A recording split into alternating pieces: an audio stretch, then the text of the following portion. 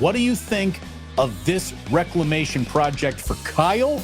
And is it the right antidote? Pretty lame trope that this sitcom now in year 8 is finally going to consummate the will they or won't they between Mac Jones and Kyle Shanahan. Let's hop right into the news du jour, Dieter. Mac Jones and Kyle Shanahan. I don't want to say reunited at last, but we all know the common background, how he was almost the pick. It wasn't. It was Trey Lance. Mac Jones has since gone from the decent rookie debut to career sort of lost in the woods. What do you think of this reclamation project for Kyle?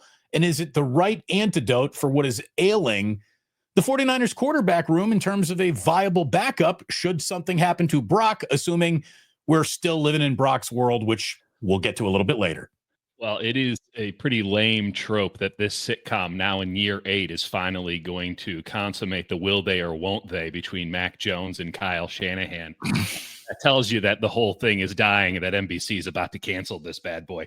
To answer the actual question, it doesn't do much for me. Like, he's a good backup quarterback, but he's a true backup quarterback. You're not getting that upside of, well, if Purdy goes down, the season can be salvaged because Mac Jones is there. He might be better because Kyle Shanahan's now his coach. Certainly he wasn't getting much in Jacksonville last year. Their offensive line was a mess. Doug Peterson had, I guess, both feet out the door and his body was still in it. He was contorting to make that happen. I mean, Trent Baalke was the GM of that team last year. You can't take them seriously.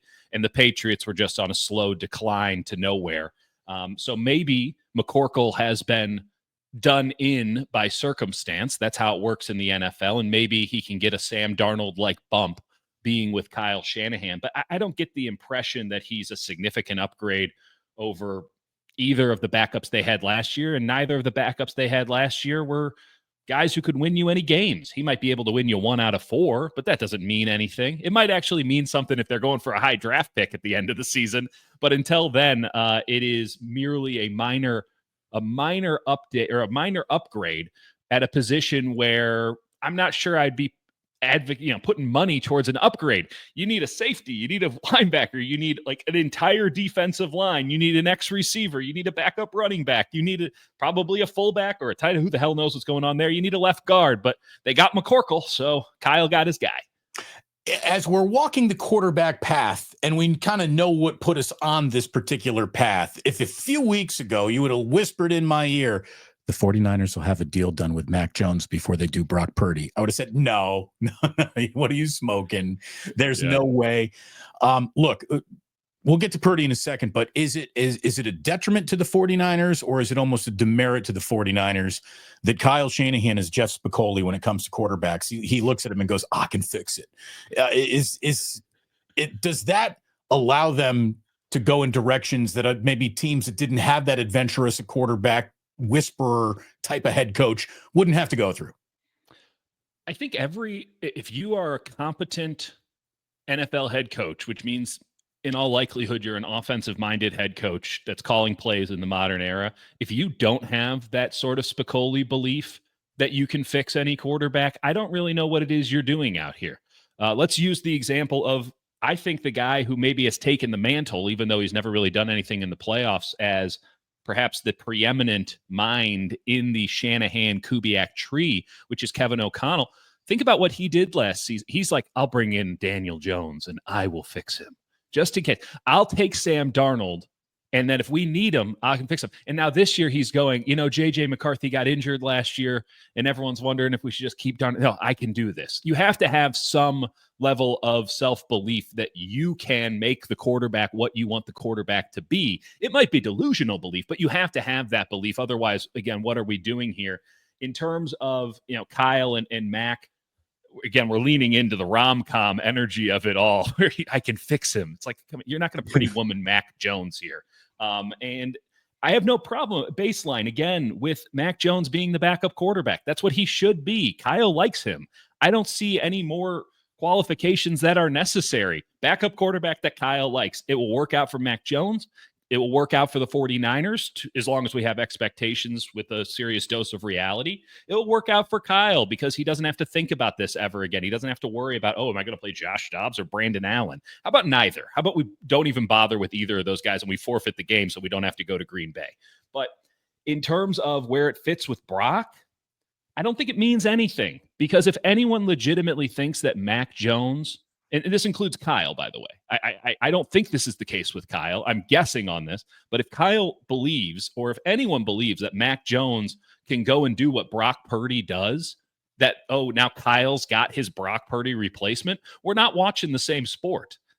We can point out all the negatives about Brock Purdy. That's fine. It's not to say he's a flawless football player, but the idea that Mac Jones and Brock Purdy are on the same level, they play the same position, but they are not on the same level. Right. Established over the last 4 years. Is this a reset, a retooling, or would you use the real R word, the rebuild? I'll use a C word. Cowboying. They're cowboying right now. This is exactly what the Dallas Cowboys did last year. It's exactly what they did this year. They'll call it a quiet offseason.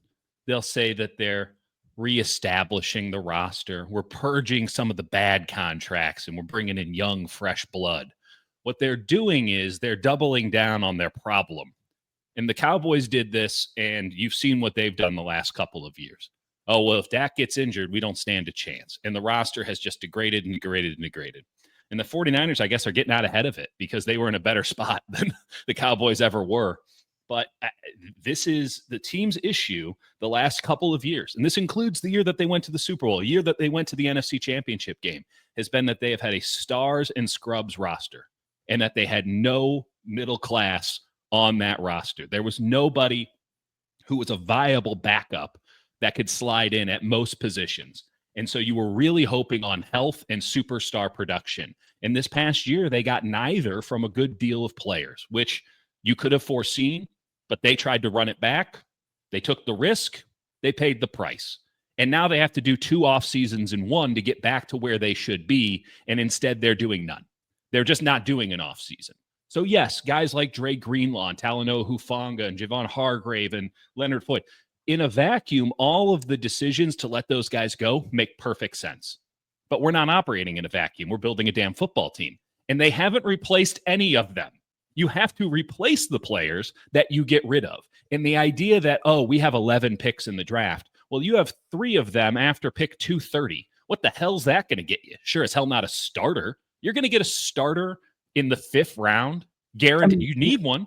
Yeah, like, this is not a rebuild. Right. This yeah, is you might, but you might not. And like, I think the optimism over the draft is totally unfounded. They had a good draft last year. They maybe got 5 players out of that draft. And by the way, we'll find out because they only got 1 year.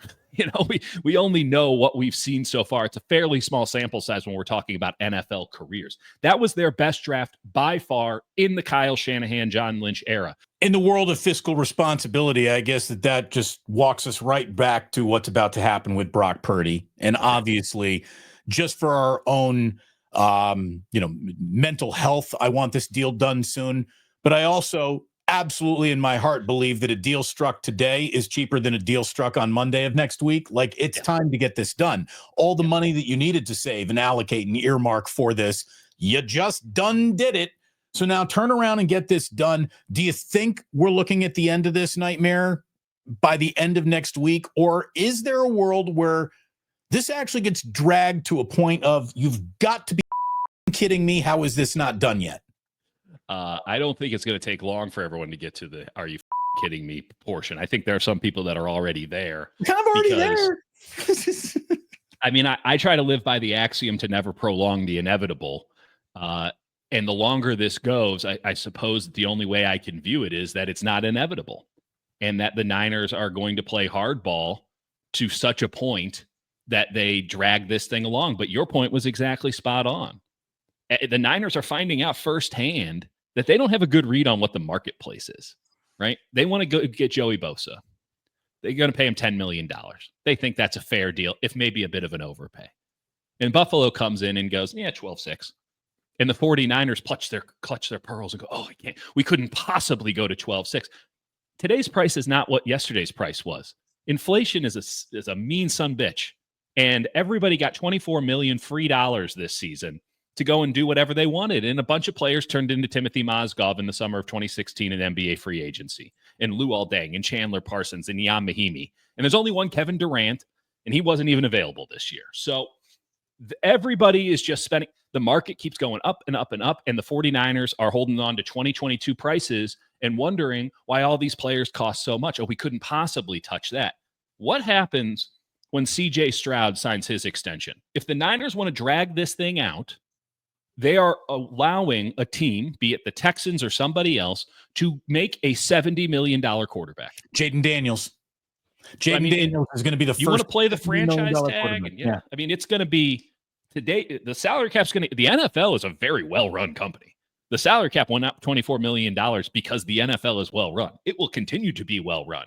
It will only double down on its dominance year after year after year in the sports landscape. It is the one true media entity in the modern world. And that means that the salary cap's going to keep going up and up and up, which means that Brock Purdy, while technically his contract won't be tied to the salary cap like it is in the NBA, it kind of is for quarterbacks. And what would be 40 last year, which is probably the number they want, is now 45 or 50. And that 45 or 50 will be 55 or 60, and then 50. And then someone's going to come in and do something stupid, and they're going to give somebody 70, because they're desperate. Thanks for watching. Tune into the Damon Bruce Show live on YouTube every weekday at 2 p.m. Eastern, 11 a.m. Pacific.